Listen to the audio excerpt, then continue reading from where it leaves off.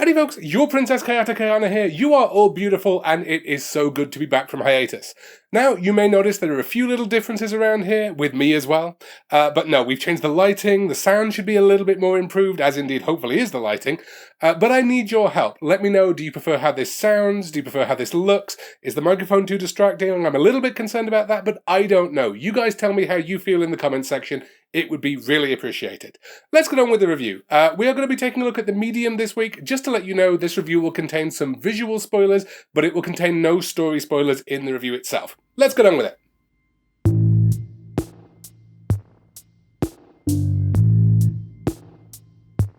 So first off, I've been calling this game by the wrong title, and I imagine so have all of you. It's actually The Medium, not just Medium. I presume it's trying to avoid confusion with that TV show, but hell, for the purposes of this review, it's Medium. If you're getting confused, you're not paying enough attention, alright?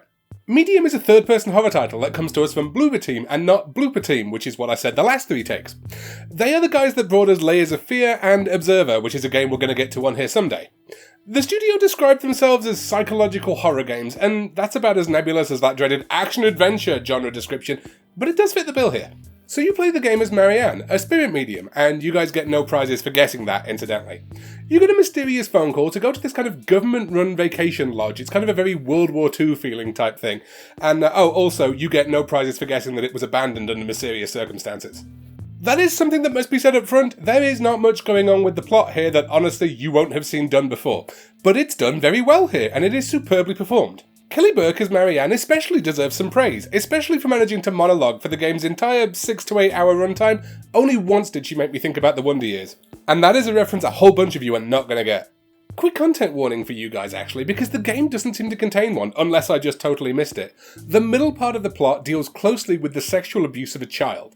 Now, it's handled really well, it's very integral to the plot, and there's nothing too gritty actually portrayed on screen or anything like that, but it is there and you should know that going in.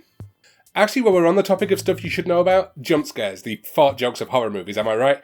There's only one, and it's kind of a shame that it's here at all. Let me explain. I'm going to pop the footage in here. There will be a visual jump scare about 5 to 10 seconds from now on screen, but I'm going to keep it muted, so don't worry too much. Spoilers, I guess. But I'd hate this to put you off the game. It's super early on, happens about 90 to maybe 120 minutes in, and once you are done with this scene, you're totally fine for jump scares for the rest of the game. Honestly, I really wish this just wasn't here. It's totally unnecessary. The game is better than this. But story aside, what do you spend most of your time doing? Well, you're wandering through this abandoned vacation lodge, discovering what happened to it, as I'm sure you can imagine. You collect clues and that sort of thing, but you also solve some puzzles. There are 1 or 2 stealth sections as well, but honestly, they're kind of there to build tension rather than actually being any kind of developed stealth system. Without giving you spoilers, and I really don't want to, that's probably why I'm repeating that a lot. The story's so good, I don't want to spoil it. There's stuff in the stealth sections I would love to see expanded on in a more dedicated stealth game. Predominantly the idea that you're hiding from a creature that you can't see. I'm not going to say it too loud, because Konami might use it as an excuse to give us more of that Metal Gear Zombies rubbish or whatever it was called. But yeah, someone take this idea and run with it, it'd be great. It is worthy of note that this is the first true next-gen game that I have on my Xbox Series S, and I will be damned if it doesn't look pretty for the most part. Just look at some of these cinematic shots and the environmental design going on here, they're incredible. I'd also say that extra processing power has gone to really good use, because when Marianne is doing whatever the verb for being a medium is, you see both the spirit world as well as the real world simultaneously. You get this cool split screen effect, and you can interact with both worlds at once. Mind you, this looks really cool on a TV or monitor. I get the impression this might have originally been going to be a VR game, because this would look amazing with one world in each eyepiece. The only issue I really have with the split screen thing at all is that they don't use it sometimes. Now, sure, sometimes it does make sense, but it is a little bit of a shame because it's one of the best things about the game, especially when you get character cutscenes where they're in one world and not in the other. I'm not going to show any, unfortunately, they are really spoilery, but they are my favourite thing in the game. They're absolutely amazing, it looks brilliant.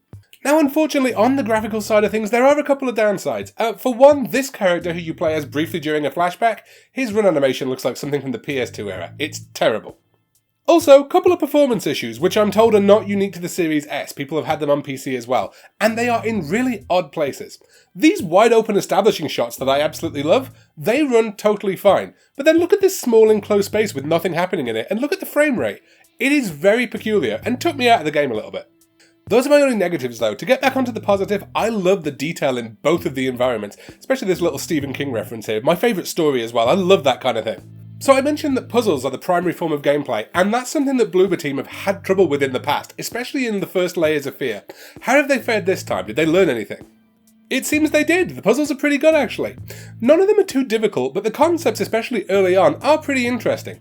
They revolve around finding out the name of a victim so you can help their spirit move on, but at the same time you find out more about the person and what happened at the lodge, what disaster befell the place. It's a really great mix of plot and puzzle, and I absolutely love it.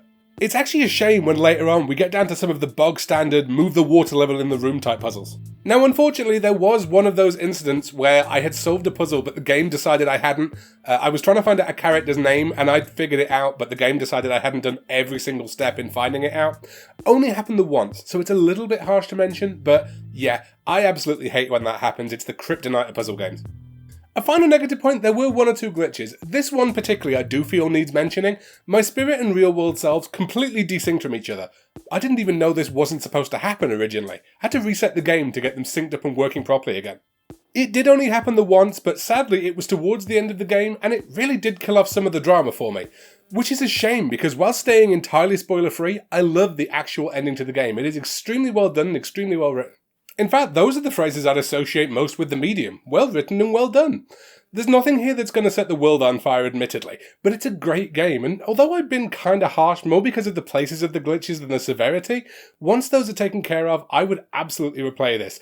Maybe get one of my partners to sit with me at Halloween so they can enjoy the story with me. I love horror games for that kind of thing. Plus, if you're interested, it's on Game Pass, and if you're not subscribed to Game Pass, then why aren't you? It's a great deal. So right now you can just go ahead and play it. Give it a look, strong recommend. So thank you for watching, folks. I hope you enjoy the improved lighting and sound. Let me know if you think it's better. Let me know if you think it's worse. Drop a comment in the comment section. It always does really help me out to have that sort of feedback. We are also changing the format of the show a little bit. We are now going to do a review every 2 weeks as opposed to every week. And the alternating video will be kind of an editorial or about something in the gaming news or something like that. Actually, next week we are going to take a look at something the medium did bring up. I think I might have started to hate achievements in video games. We'll find out. Let's explore that together. We will find out next week. I have been your Princess ChaoticAyana. You are all beautiful. I shall see you next week. Peace. I'm out.